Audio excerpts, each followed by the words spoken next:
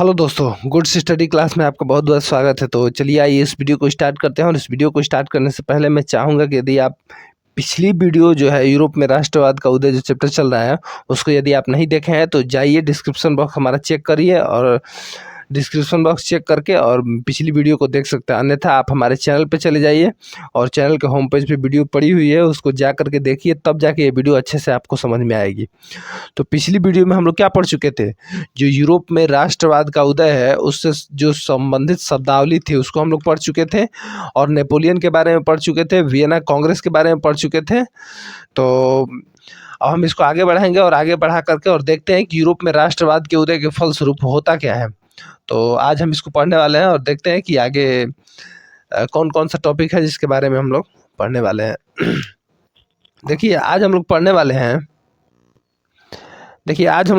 हैं यूरोप के राष्ट्रवाद के पार्ट 2 में, क्योंकि एक पार्ट हम लोग का चल चुका था और दूसरा पार्ट हम लोग का आज शुरू हुआ है। तो देखिए पार्ट 2 में हम लोग क्या पढ़ने वाले हैं, यूरोप में राष्ट्रवाद का उदय। हम लोग का जो टॉपिक था वही चल रहा था। तो यूरोप के राष्ट्रवाद के उदय की प्रथम झलक कहाँ मिली थी, पहले वीडियो में बताया गया था। प्रथम झलक मिली थी फ्रांसीसी क्रांति जो 1789 में हुई थी।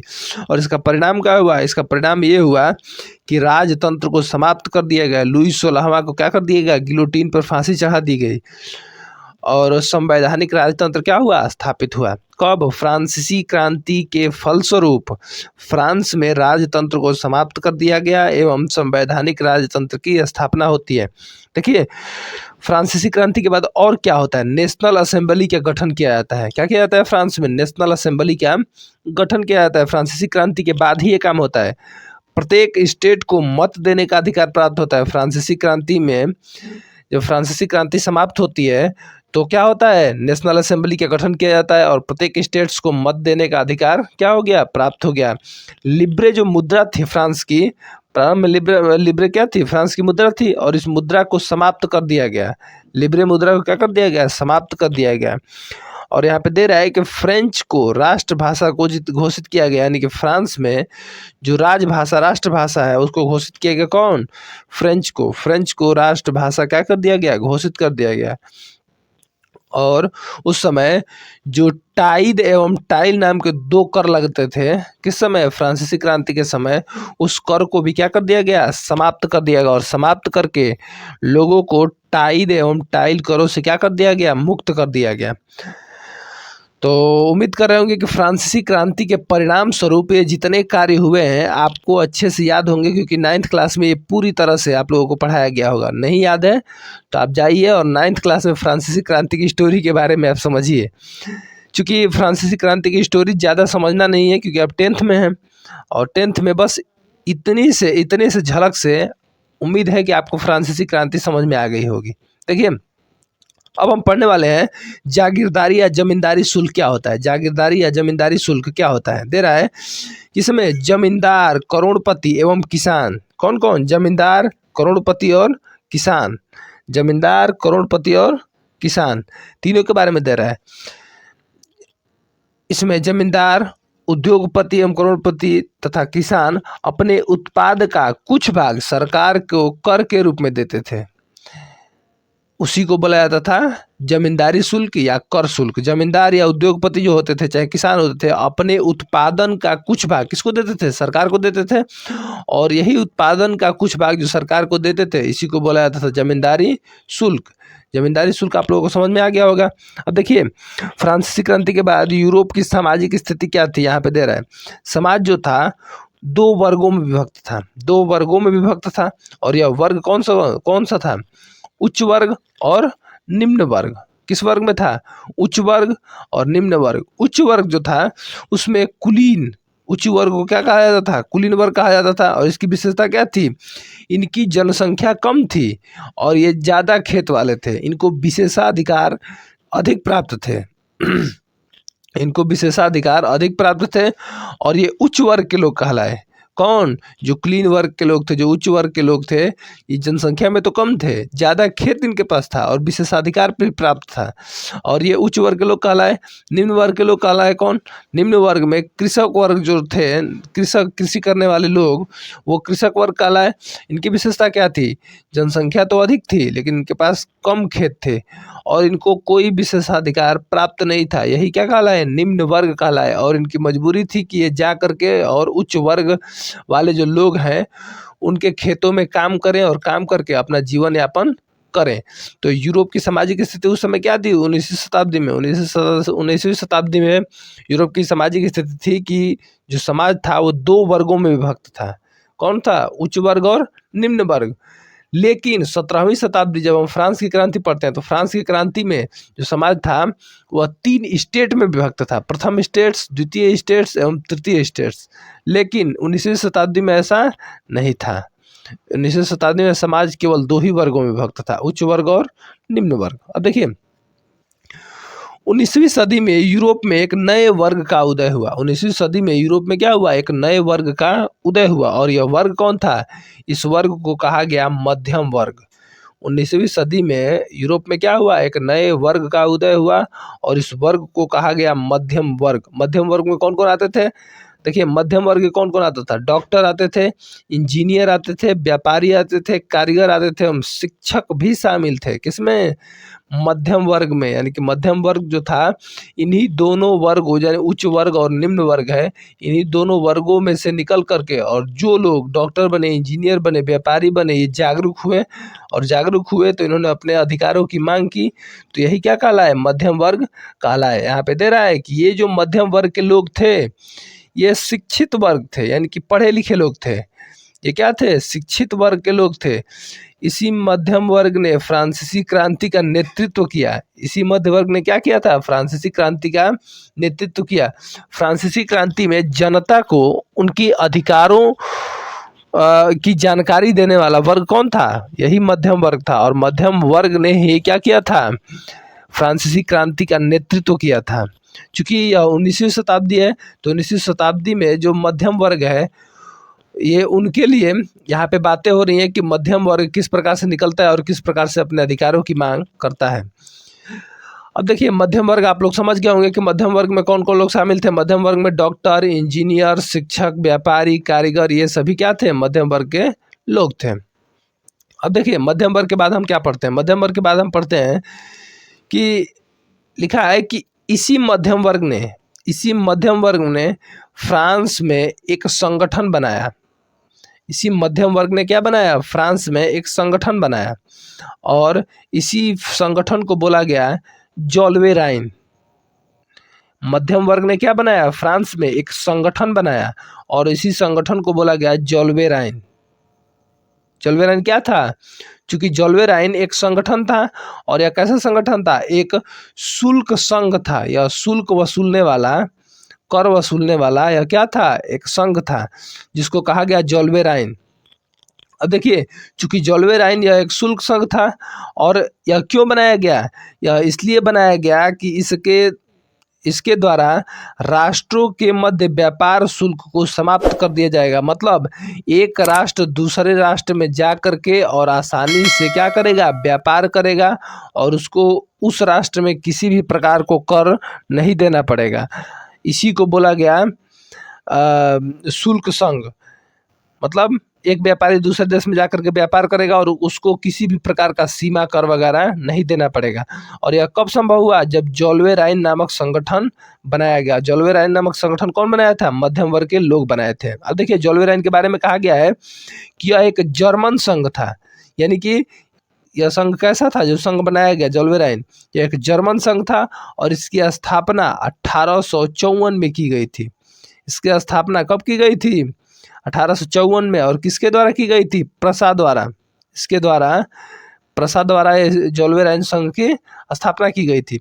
और इसमें अधिकांश जो व्यक्ति थे वो जर्मन राज्य के थे और अधिकांश जो राज्य शामिल थे वह जर्मन राज्य शामिल थे। लोग भी अधिकांश किसके शामिल थे? जर्मनी के थे। और राज्य भी अधिकांश किसके शामिल थे? जर्मन राज्य शामिल थे।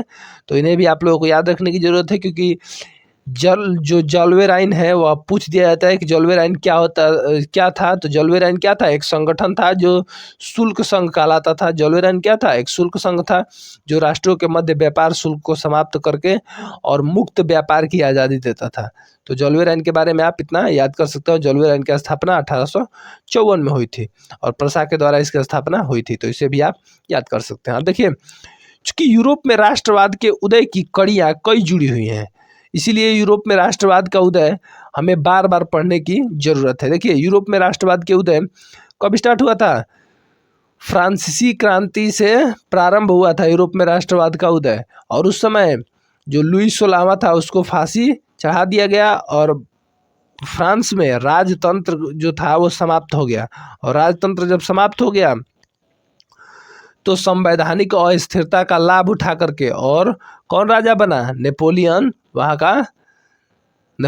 का बन गया? सर्वे सर्वा बन गया। और नेपोलियन सर्वे सर्वा बनने के पश्चात वहाँ क्या करता है? राज करता है और नेपोलियन संहिता लाता है। नेपोलियन संहिता लाता है, उसके बाद कई सारे जो नियम कानून है जनता पर थोपे जाते हैं। और जनता पर जब थोपे जाते हैं तो इसकी परेशानी को देखते हुए जो 4 देश हैं उनको मिल करके और नेपोलियन को वियना की संधि करते हैं। और जिसमें नेपोलियन पराजित होता है तो वियना की संधि होती है। और वियना की संधि होने के बाद इसके सभी जो आदेश थे वो क्या कर दिए जाते हैं? रद्द कर दिए जाते हैं।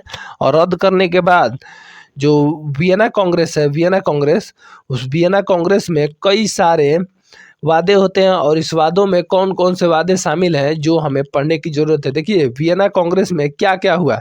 वियना कांग्रेस में सम्मिलित जो राष्ट्र थे उन्होंने पुनः बुर्बो वंश की सत्ता को बहाल कर दी, यानी कि राजतंत्र को पुनः बहाल कर दिया गया। और जिस वंश की सत्ता 17वीं शताब्दी में चलती आ रही थी उसी वंश की सत्ता को बहाल करके और बुर्बो वंश की जो सत्ता थी उसको बहाल कर दिया गया। आगे दे रहा है कि फ्रांस की सीमाओं पर नए राज्य स्थापित किए गए ताकि फ्रांस जो है पुनः से अपना जो सीमा विस्तार है वो न कर सके। क्या कर दिया गया? फ्रांस में बुर्बो वंश की जो शासन सत्ता थी उसको बहाल कर दी गई, पुनः राजतंत्र स्थापित कर दिया गया और फ्रांस के जो सीमा पर नए नए राज्य स्थापित किए गए ताकि फ्रांस अपनी सीमा का विस्तार न कर सके। तो इसे भी आप लोगों को याद रखने की ज़रूरत है। देखिए, यूरोपियन सरकार ने क्या निर्णय लिया है? यूरोपियन सरकार